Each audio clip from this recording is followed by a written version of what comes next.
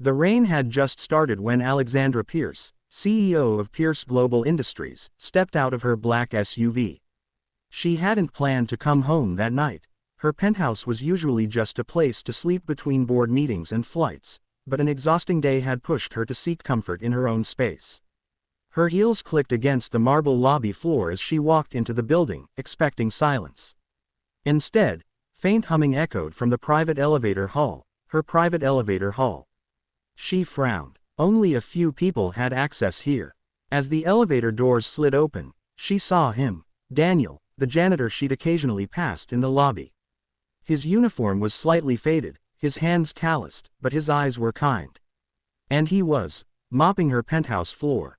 Alexandra froze. Not because he was cleaning, he was a janitor after all, but because of what else was in the room. In the corner, wrapped in a blanket, sat a little girl, no older than 8, her cheeks flushed with fever. The mop in Daniel's hand slowed as he looked up, startled. "Ms. Pierce. What is going on here?"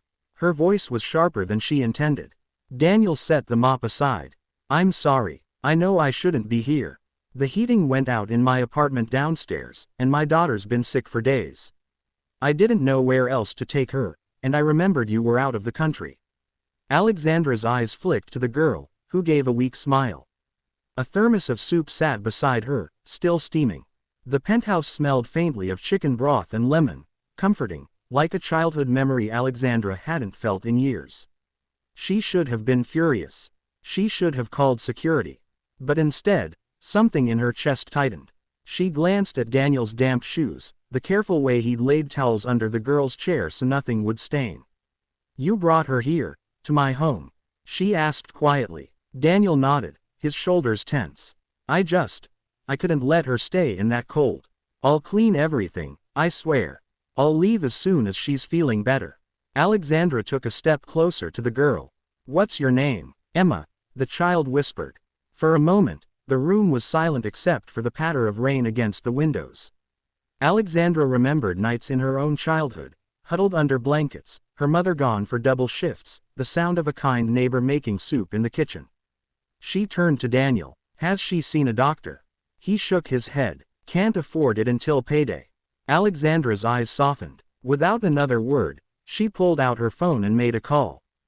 Daniel stood frozen as she spoke quietly to someone on the other end, giving instructions with the same authority she used to close multimillion-dollar deals. When she hung up, she looked at him. "A doctor's on the way. And, don't worry about the heating in your apartment." Daniel's mouth opened slightly. "Ma'am, I didn't mean for." But Alexandra was already walking toward the kitchen.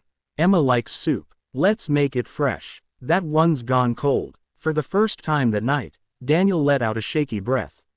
What Alexandra didn't see, at least not yet, was the small envelope sticking out of Emma's backpack. Inside was a drawing. A tall woman in a suit, holding hands with a little girl under a bright yellow sun. The label, in a child's uneven handwriting, read, "The Nice Lady."